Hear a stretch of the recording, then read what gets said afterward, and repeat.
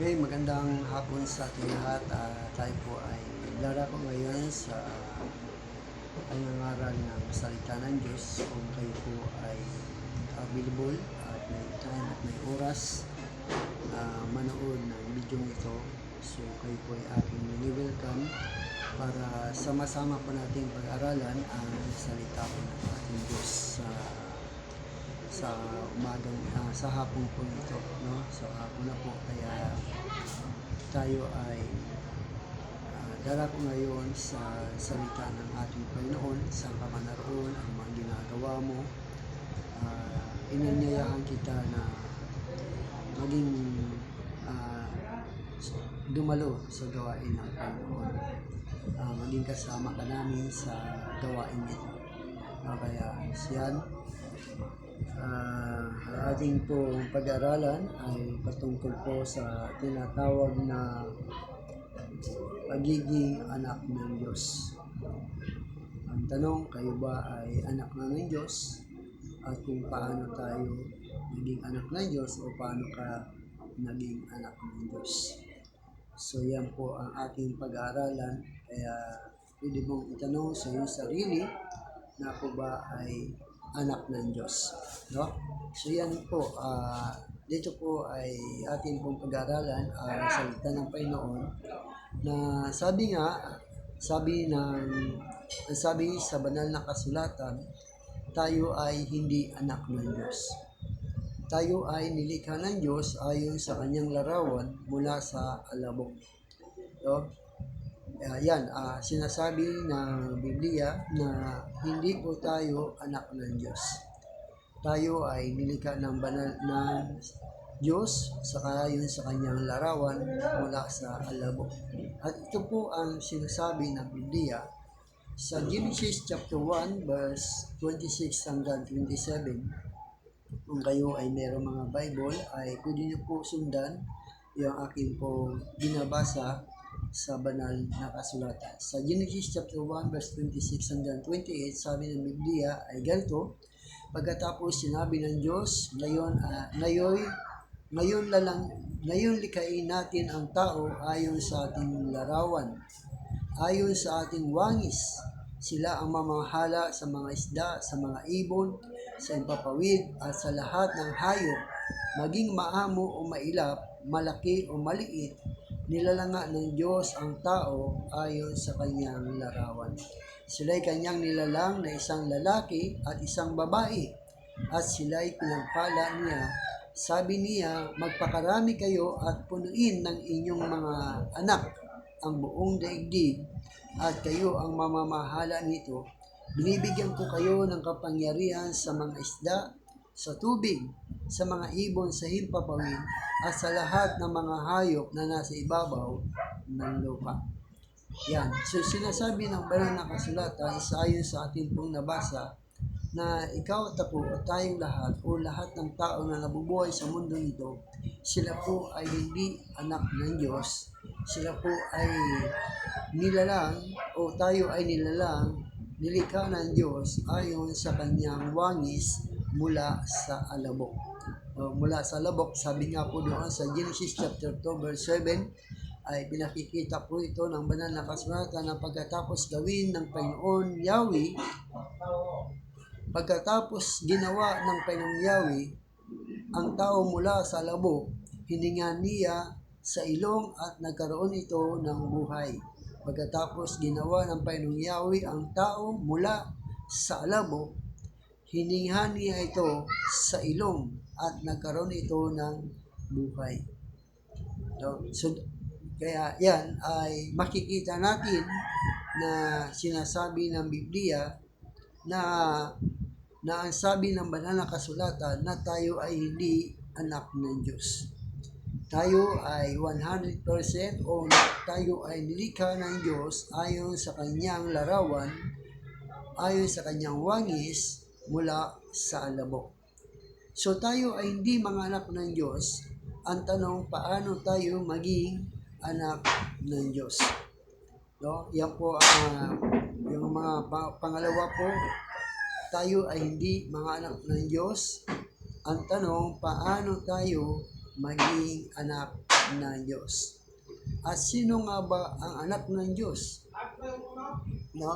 At sino nga ba ang anak ng Diyos? Alam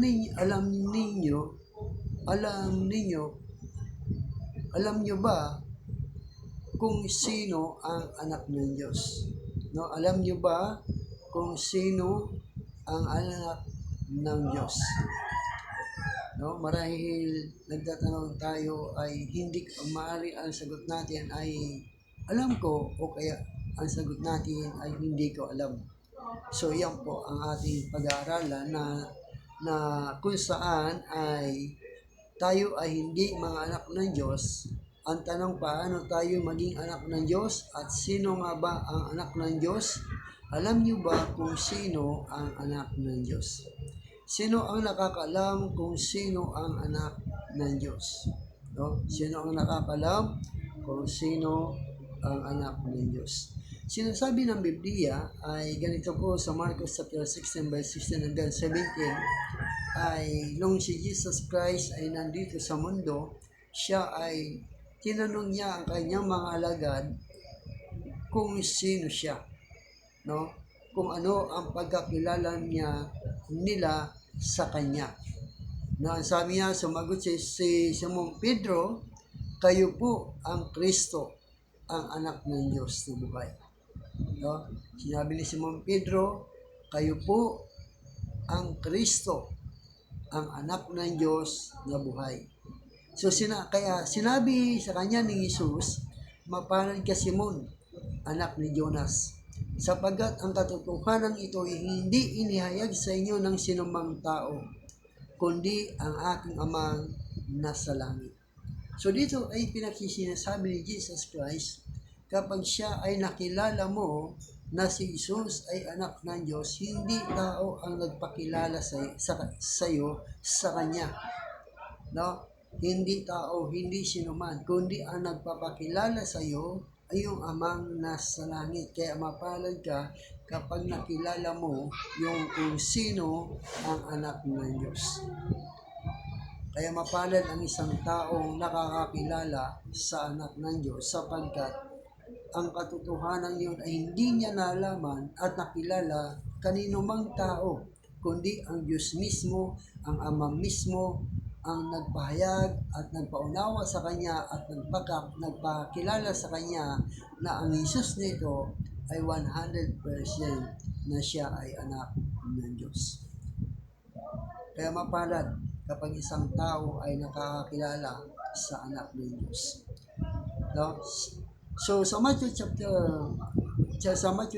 8 verse 20 hanggang 29, nang dumating si Jesus sa kabilang ibayo sa lupain ng mga Gadareno, sinalubong siya ng dalawang lalaki na sinasapian ng mga demonyo. Sila ay nakatira sa libingan, napakababangis nila, kaya walang sinuman ang dumaraan doon. Biglang nagsisigaw ang dalawang lalaki, ano ang pakialam mo sa amin, anak ng Diyos?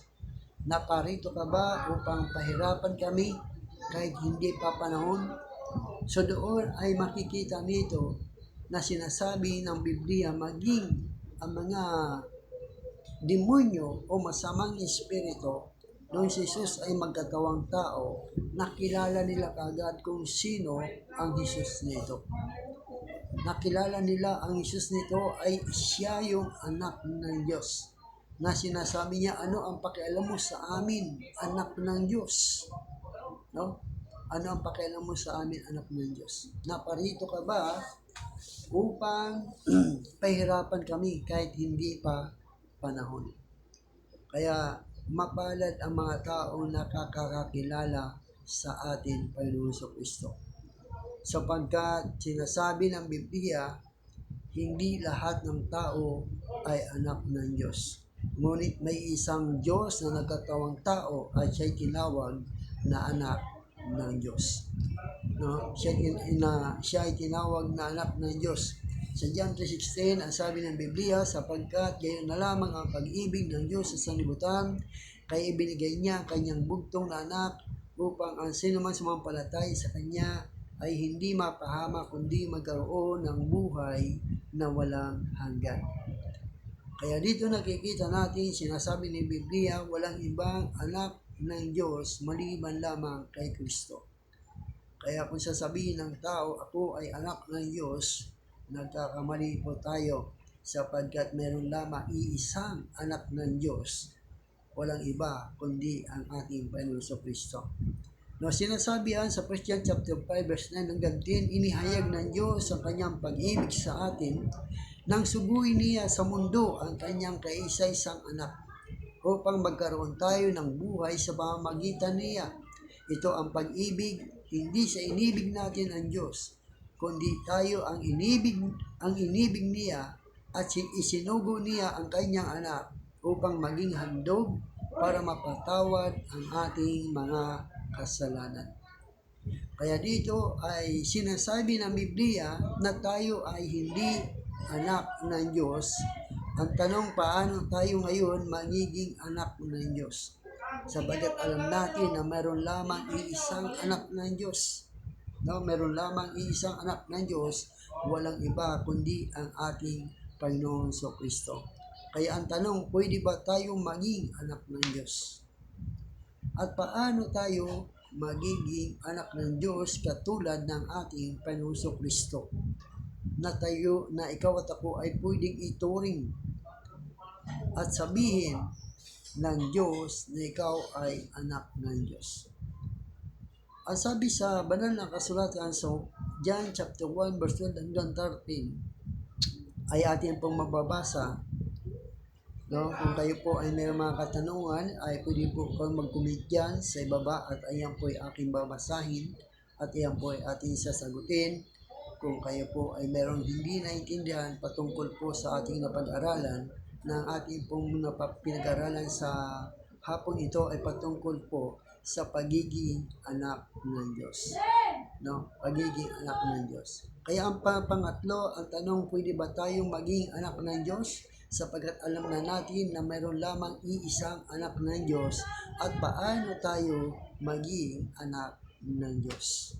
So ang Biblia po ay nagsasabi kung paano tayo maging anak ng Diyos ayon sa banal na kasulatan sa John chapter 1 verse 12 hanggang 13. Subalit ang lahat ng tumanggap at sumampalataya sa Kanya ay binigyan niya ng karapatan maging anak ng Diyos. Sila nga ay naging mga anak ng Diyos, hindi dahil sa isinilang sila ayon sa kalikasan o sa kagustuhan o sa kagawa ng tao, kundi ang pagiging anak nila ay dahil sa kalooban ng Diyos. Yan, sinasabi ng Biblia na pwede tayong maging anak ng Diyos kung ating tatanggapin ang anak ng Diyos, walang iba kundi ang ating Panginoon Kristo. Kapag tinanggap natin si Kristo na bilang Panginoon at sa rin tagapagligtas ng ating buhay, bibigyan tayo ng pagkakataon o karapatan na maging anak ng Diyos. At tayo ay naging anak ng Diyos hindi sa kagustuhan ng tao o sa kagagawa ng tao o ayon sa kalikasan, kundi ang pagiging anak natin ay buhat sa kalooban ng Diyos. Sa pamamagitan ng ating pananalig at manampalataya kay Kristo, ikaw at ako ay pwedeng maging anak ng Diyos. Ayon sa Romans chapter 9 verse 4 hanggang 5 ay ganito ang mababasa natin. Sila'y mga Israelita na binigyan ng Diyos ng karapatan maging mga anak niya. Ipinakita rin niya sa kanila ang kanyang kaluwalhatian. Sa kanila nakipagtipan ang Diyos.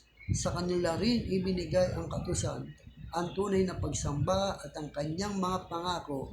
Sa kanila rin nagmula ang mga patriarka at tungkol sa kanyang pagiging tao, si Kristo ay nagmula sa kanilang lahi. Ang kataas-taasang Diyos ay papurihan magpakailanman. Amen.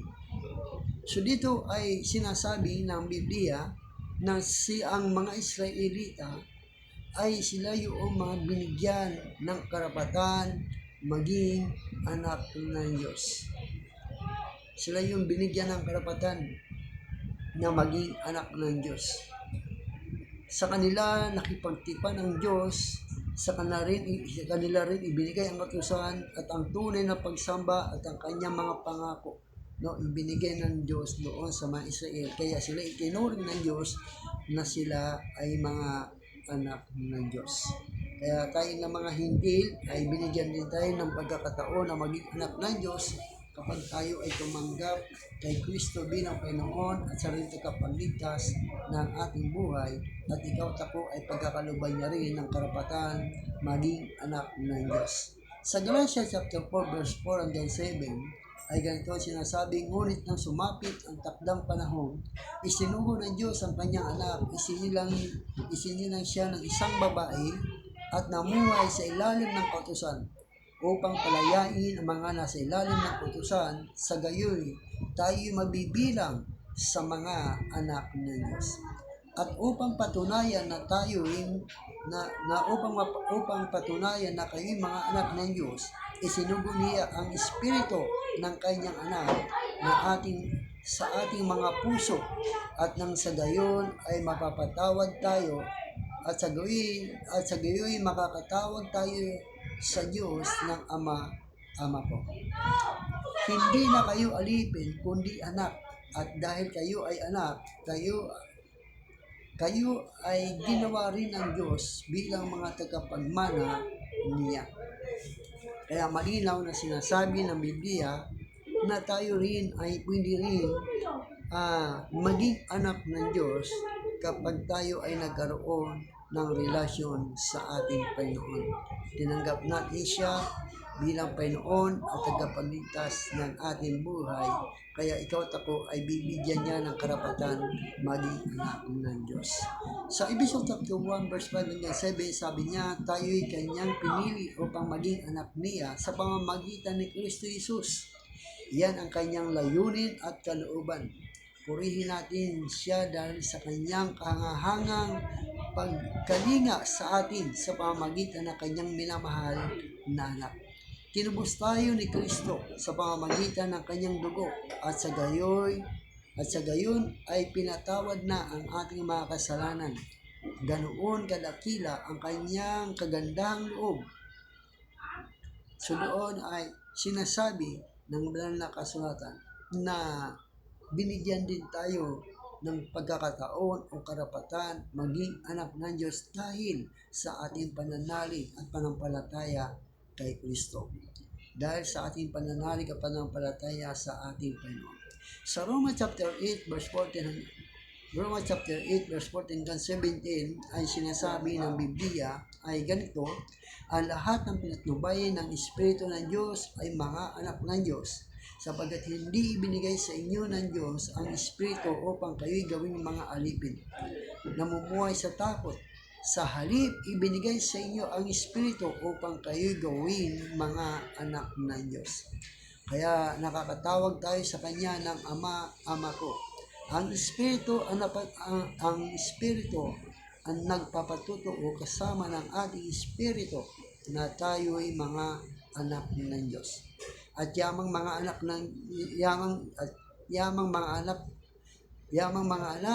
tayo'y mga tagapagmana ng Diyos at kasamang tagapagmana ng Kristo, sapagkat kung tayo'y kasama niya sa pagtitiis, tayo'y makakasama rin niya sa kanyang kaluwalhatian. Kaya pwede tayong maging anak ng Diyos. Kaya so doon ay nakikita natin o sinasabi ng Biblia na dahil sa ating panampalataya kay Kristo ay pinagkalooban niya tayo ng karapatan maging anak ng Diyos. Pang-apat, kapag ikaw ay inaring anak ng Diyos, dapat ito ay mamunga ng kahalintulad ng Diyos. Mamunga ito ng kahalintulad sa Diyos. Ibig sabihin, kung dati kang mahirap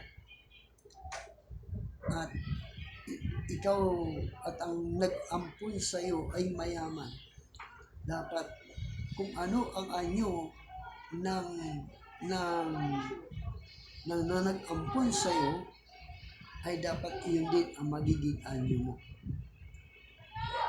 Magara ang pananamit o maganda ang buhay, dapat ganun ka rin. No?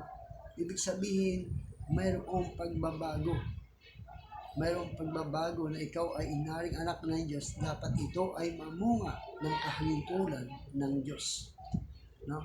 Ang sabi doon sa banal na kasulatan sa Matthew chapter 5, verse 43 to 47, narinig ninyong sinabi, ibigin mo ang iyong kapwa at kamuyan mo ang iyong kaaway. Ngunit ito naman ang sinasabi ko, ibigin ninyo ang iyong mga kaaway at ipanalangin ninyo ang mga umubusig sa inyo, upang kayo'y maging tunay na mga anak ng inyong amang nasa langit. Sapagkat pinisisikat niya ang araw sa mabubuti, gayon din sa masasama, at nagpapaulan siya sa mga matuwid at sa di matuwid. Kung ang mga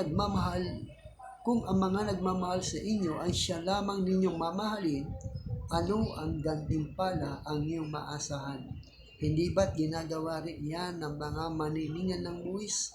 At kung ang mga kapatid lamang ninyo ang inyong binabati, ano ang ginagawa ninyo higit kaysa iba? Hindi ba ginagawa rin iyan ng mga hindi? Kaya maging ganap kayo gaya ng inyong amang nasa langit. No, sinasabi ng Biblia, kaya maging ganap kayo gaya ng inyong amang nasa langit.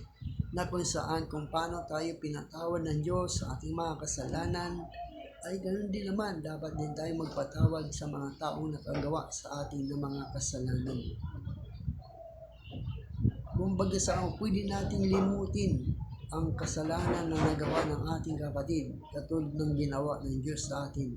Dahil ikaw at ako ay inari ng Diyos na kanyang mga anak. Inari tayong mga anak ng Diyos. Kaya sabi naman sa Ephesians chapter 5 verse 1 hanggang 5, dahil kayo'y mga anak na minamahal ng Diyos, tularan ninyo siya. Mamuhay kayong puno ng pag-ibig tulad ni Kristo. Dahil sa kanyang pag-ibig sa atin, inaalay niya ang kanyang buhay bilang mabangong alay at handog sa Diyos. Kayo'y mga hinirang ng Diyos, kaya hindi dapat mabanggit man lamang na kayo'y nakikapid o gumagawa ng anumang uri ng kaalayan o pag-iimbot. Huwag din kayong gagamit ng anumang malaswa o walang kabuluhan, pananalita at pagbibiro, di nararapat. Sa halip, magpasalamat kayo sa Diyos. Alam ninyong walang bahagi sa kaharian ni Kristo at ng Diyos ang taong nakikiapid, mahalay o sakim, sapagkat ang kasakiman ay isang uri ng pagsamba sa Diyos-Diyosan. Yan. So sinasabi ng banal na kasulatan na kapag tayo ay inaring anak ng Diyos, dapat tayo ay mamunga ng kahalintulad ng Diyos. Mamunga tayo katulad ng kahalintulan ng Diyos. Ibig sabihin, makita sa atin ang pagbabago ng ating buhay at makita sa atin na tayo ay mga anak ng Diyos. Hindi na tayo naggumagawa ng masama, hindi na tayo nagmumura, hindi na tayo nagbibiro ng walang kabuluhan, kundi tayo ay nagsasalita ng katotohanan sapagkat ang Diyos ay katotohanan. No? Ang Diyos ay katotohanan. Pang-5, kapag ikaw ay inaring anak ng Diyos, ikaw ay makakaranas ng disiplina ng Diyos kapag ikaw ay mayroong pagkakamali sa Diyos. So makakaranas ka ng disiplina kapag ikaw ay anak ng Diyos, kapag ikaw ay mayroong pagkakamali laban sa Diyos. Didisiplinahin ka ng Panginoon. Dahil sabi niya sa aklat ng Deuteronomy chapter 8 verse 5, itanin ninyo sa inyong isipan na kayo'y dinidisiplina ni Yahweh na iyong Diyos, gaya ng pagdidisiplina ng isang ama sa kanyang anak, sapagkat ikaw ay tinuturing ng Diyos na anak niya. Kaya mararanasan mo ang disiplina kapag ikaw ay hindi sumusunod sa kalooban ng Diyos. Nandyan na ikaw ay kanyang papaluin, wala namang gagawin sa iyo para matuwid ka lamang at huwag kang malayo sa kanya. Ang sabi niya sa 2 Samuel chapter 7 verse 14 hanggang 15, ako'y kanyang magiging ama at siya'y aking magiging anak. Kung siya'y magkakasala, parurusahan ko siya, tulad ng pagpaparusa ng ama sa mga nagkakasalang anak. Ngunit ang pagdingat ko sa kanya hindi magbabago, di tulad ng nangyari kay Saul. Dito yung nakikita sinasabi ng banal na kasulatan na kapag tayo ay inaring anak ng Diyos, tiyak na tayo ay makakaranas ng disiplina kung tayo ay hindi sumusunod sa kalooban ng Diyos. Hindi tayo gumagawa sa kalooban ng Panginoon, tiyak na tayo ay makakaranas ng disiplina mula sa ating Ama sapagkat inari kanya anak ng Diyos. Sa Kawikaan chapter 3 verse 11 to 13, aking anak, ang suway ni Yahweh ay huwag mamaliitin at ang kanyang pagtutuwid ay huwag mong itakwil. Sapagkat lahat ng mahal niya itinatama ng daan tulad ng anak na minamahal. Sinasaway ng magulang. Mapalad ang isang taong nakakasumpong ng karunungan at ang taong nagsisikap ng unawa ay nagtatamo. Kaya dito ay sinasabi ng banal na kasulatan na makakaranas tayo ng disiplina katulad ng pagdidisiplina sa atin ng ating mga magulang nung sila ay nabubuhay pa o nung sila ay medyo bata pa at tayo ay bata pa rin at nandun pa rin na tayo sa poder ng ating mga magulang. Kapag tayo nakagawa ng kasalanan, tayo ay dinidisiplina ng ating mga magulang. Ganun din ang Diyos, kapag ikaw ay inari na anak ng Diyos, tiyak na ikaw ay makakaranas ng disiplina mula sa Diyos. Disiplina mula sa Diyos. Ang sabi nyo sa Hebrew chapter 12 verse 5 to David, nalimutan na ba ninyo ang panawagan ng Diyos sa inyo bilang mga anak niya? Mga salitang nagpapalakas ng loob, anak ko, huwag mong baliwalain ang pagtutuwid ng Panginoon at huwag mong masasamain kapag ikaw ay dinidisiplina niya, sapagkat dinidisiplina ng Panginoon ang mga minamahal niya at pinapalo ang itinuturing na anak. Tiisin ninyo ang lahat ng hirap bilang pagtutuwid ng isang ama, dahil ito'y nagpapakilalang kayo'y tinatanggap ng Diyos bilang tunay niyang mga anak. Sinong anak ang hindi dinidisiplina ng kanyang ama? Kung ang pagdidisiplina na ginagawa sa lahat ng anak ay hindi ginagawa sa inyo, hindi kayo tunay na mga anak, kundi kayo'y mga anak sa labas. Hindi ba't dinidisiplina tayo ng ating mga magulang at dahil diyan ay iginagalang natin sila? Hindi ba't upang tayo'y mabuhay, mas mararapat na tayo'y pasakop sa Diyos na ating Ama sa Espiritu. Sa loob ng maikling panahon, dinidisiplina tayo ng ating mga magulang para sa ating ikabubuti. Gayon din naman, itinutuwid tayo ng Diyos sa ikabubuti natin upang tayo maging banal tulad niya. Habang tayo tinutuwid, hindi tayo natutuwa, kundi naghihinagpis.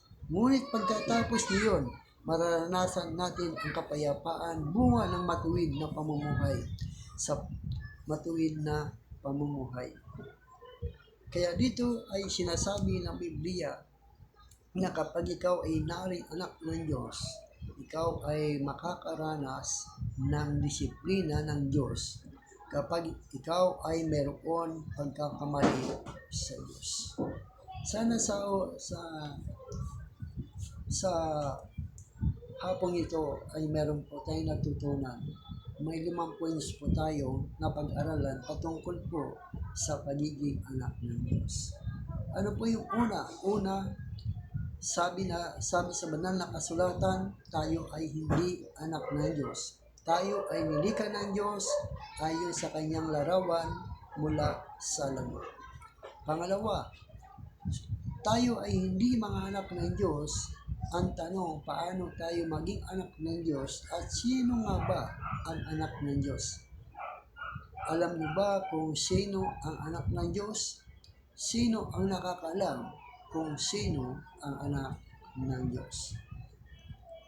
Pangatlo, ang tanong, pwede ba tayo maging anak ng Diyos at paano tayo maging anak ng Diyos?